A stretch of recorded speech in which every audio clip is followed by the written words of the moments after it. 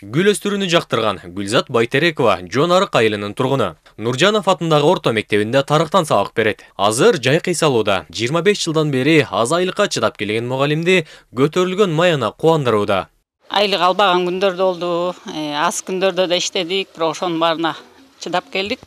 Буюрсам акыбыз кайтып атат. Президентибизге чоң рахмат, ыраазычылык билдиребиз.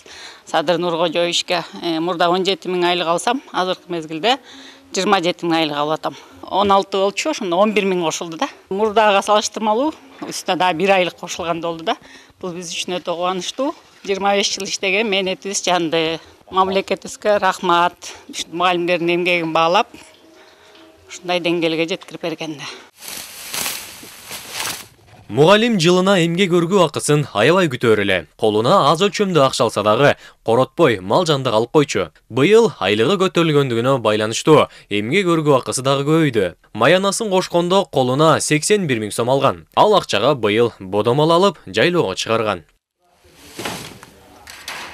Июнь айында 27 000 айлык алдым. Ага кошумча отпускага чыктым 1-июлдан баштап. Отпускам 54 000 болду. Ошо менен экөө биригип 81 000 сом акча алдым.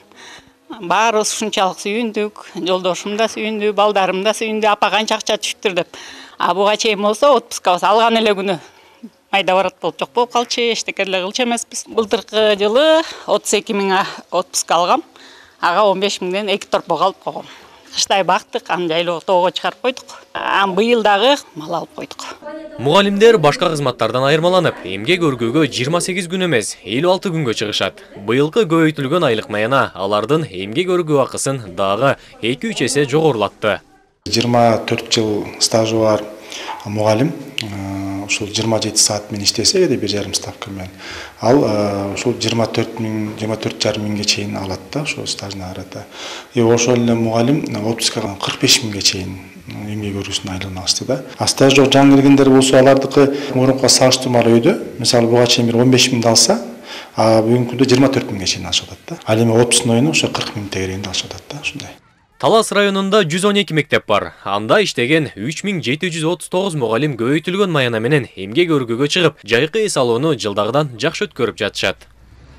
Асылбек Баялиев, Кайнар Ормонов, ЛТР, Талас облусунан.